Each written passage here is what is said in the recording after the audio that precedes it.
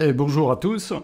Bienvenue sur la chaîne de Acoustic Guitariste. Alors cette fois-là, on va étudier un petit morceau que je vous ai amené, c'est que vous connaissez tous, hein, c'est Georgia on My Mind.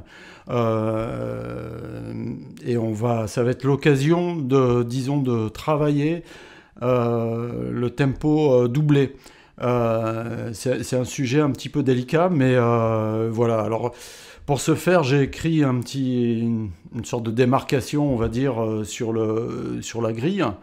J'ai pris que les deux premiers A, en fait. Et donc, le but, ça va être de maîtriser ce dédoublement de tempo, ou ce doublement, comme vous voulez. Euh, donc, vous avez le tempo qui est à peu près 65 à la noire. Alors c'est un peu lent. C'est un tempo qui est idéal pour jouer le style gospel, par exemple, du genre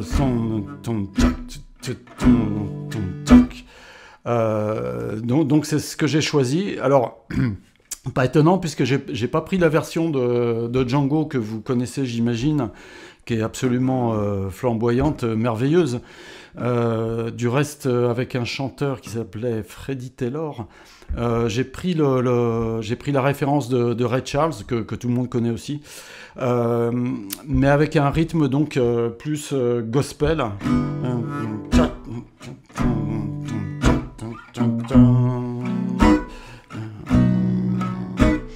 Avec disons, un aspect ternaire très marqué. Donc on entend bien les triolets. 1, 2, 3, 1, 2, 3, 1, 2, 3, 1. Alors dédoubler sur un tempo comme ça, c'est pas évident parce que justement on a bien les triolets qu'on entend bien et on a du mal à trouver le tempo double. Donc le tempo double. Alors ça, si on fait 1, 2, 3, 1, 2, 3, ça va faire des sous-divisions en sextolet. Ça va faire 1, 2, 3, 4, 5, 6, 1, 2, 3, 4, 5, 6, tac, tac, tac, tac, tac, tac, tac, tac, tac, tac, tac, tac. Alors pour ceux qui connaissent ça, on peut aussi diviser ça comme suit, c'est-à-dire tac, tac, tac, tac, tac, tac, tac, tac, tac. Et là, tout à coup, le tempo double apparaît, c'est-à-dire tac, tac, tac, tac, tac, tac, tac, tac, tac, tac, tac, tac, tac, tac, tac, tac, tac, tac. Et du coup, ça fait un tempo tan, tan, tan, tan, tan, tan, tan, qui se fait jour. C'est sur ce tempo-là qu'on va essayer de phraser. Alors, si vous n'avez pas l'habitude, vous découragez pas parce que ça vaut vraiment le coup.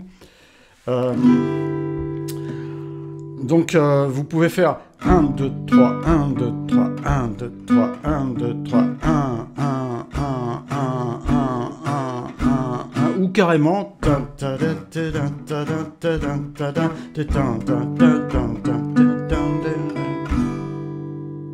Voilà, passer de 1, 2, 3, 1, 2, 3. Alors, on va décortiquer les petites phrases. Peut-être pas toutes à fond parce qu'il y en aurait pour des heures. Je vais essayer surtout de vous indiquer quand est-ce qu'il y a des trucs de doigté qui sont un petit peu peut-être pénibles. Alors, mais avant, je vais juste vous jouer l'introduction. Parce que pour des raisons de montage, je préfère vous la montrer maintenant. C'est l'intro historique qu'a fait Ray Charles. Alors, juste pour vous dire un truc comme ça, mais Ray Charles, il jouait des versions assez différentes en concert. Où finalement il improvisait toujours pas mal. Donc les versions d'une fois à l'autre sont assez différentes aussi. Hein. C'est pas que la fameuse version enregistrée qui peut être la référence. Alors donc cette intro, ça fait ça. Ça c'est si mineur. Vous voyez, si mineur avec une carte ici. Ici un petit mi mineur. Mi mineur. Ça c'est Do mineur 6. Si bémol diminué. Et on retombe sur un Sol basse Si. que vous voyez là, Ré, Mi 7 avec le Si bémol à la basse,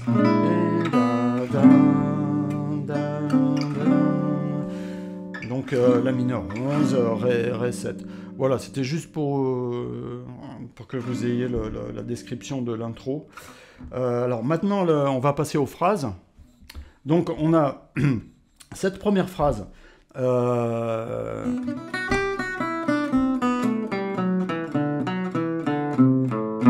Donc gamme de sol qui débouche sur un Si7.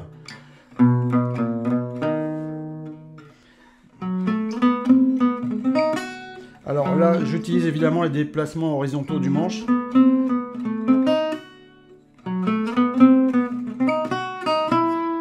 Voilà, et là je tombe sur Mi mineur.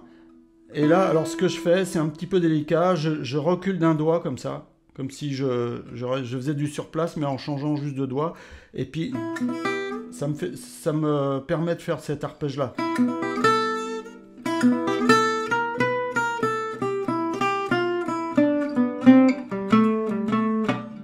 Voilà, là, rien de spécial. Ensuite, j'entame le plan roi du style Django, à savoir... Voilà, ça me permet de retomber. Alors évidemment, la difficulté, c'est de le faire dans le rythme, puisqu'on est, on est déjà dans un tempo dédoublé, donc il ne faut pas le stresser non plus. Ouais. Et j'atterris sur un... Je me récupère sur un triolet, donc c'est pas trop évident peut-être. Et puis, ça c'est Mi 7. Alors,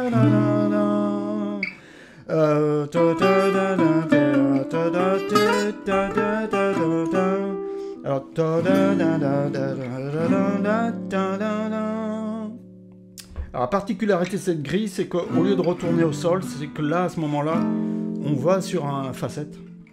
Un facette comme ça, éventuellement avec la basse en Si. Enfin, 9 avec basse en Si. Donc c'est un petit peu un accord qui oblige à ce moment-là à être très agile, à se retourner. Donc voilà, j'ai écrit ça.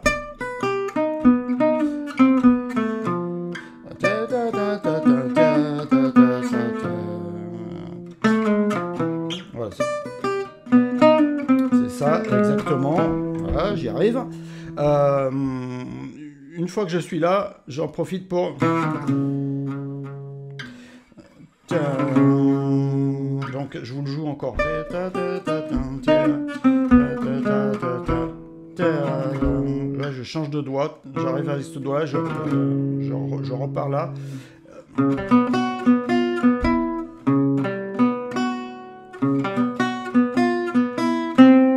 Et là, je me récupère sur le Ré 7.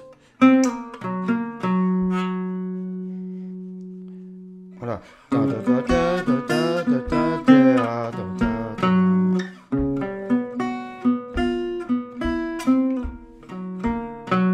Donc Ré 7 quinte plus.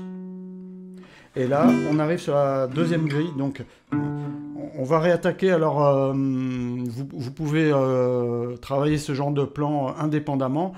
C'est une sorte de cliché qui fait penser un petit peu au vieux Dixieland, de la manière de jouer. Donc qui a inspiré ce morceau. Hein. De toute façon, c'est un morceau écrit à l'époque du Dixieland.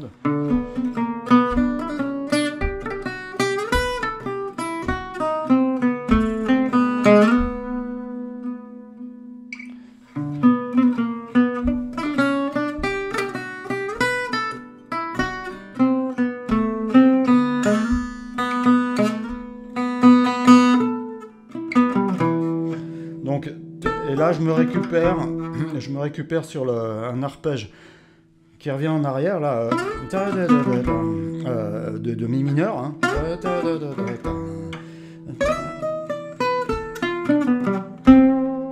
Donc là, on passe par l'arpège de Sol 7, Sol 9 exactement,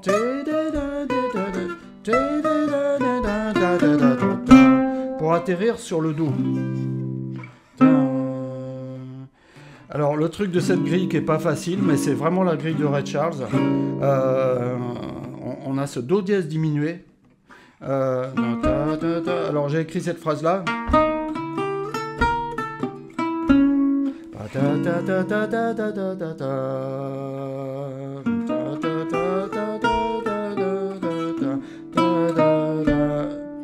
Je profite d'un démanché là, d'un changement de zone pour changer complètement de doigté. Pardon. Là, je vais passer par... c'est un truc que j'ai vu chez Django dans Billet doux, une version électrique, et ça m'avait marqué à l'époque, je trouvais ça extraordinaire. C'est vraiment un arpège de Fa mineur, avec juste... avec la sixte. Sur... là, on est en Mi7 normalement, je sais pas si vous voyez, ça fait un sacrée différence. D'où la sonorité un petit peu étrange. Enfin, moi j'aime bien. Et du coup, on réatterrit. C'est une façon de réatterrir sur le La7. Alors, l'explication, c'est que le La7, si vous voulez, il est proche du Mi mineur. Donc, on se sert d'un Fa mineur qui va vers le Mi mineur. C'est vraiment très spécial.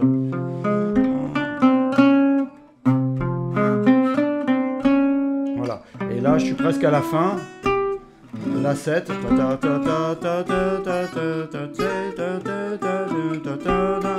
Alors ça c'est pas très difficile, donc je vais plus loin. Et là on arrive à la phrase de fin, c'est-à-dire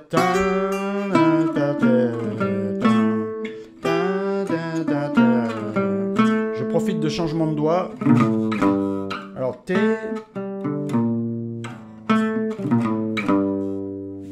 C'est peut-être pas super évident pour tout le monde, ça dépend.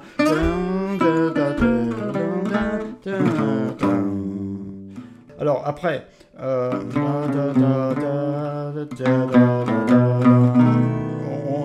va arriver sur le 6-7, voilà. Je pense que c'est pas l'endroit le plus problématique. Donc ça fait pas mal de difficultés. Et c'est l'occasion de penser un petit peu à ces grands du jazz de Ray Charles et Django Reinhardt. Voilà, je vous souhaite en tout cas beaucoup de courage dans votre étude du rythme dédoublé. À bientôt.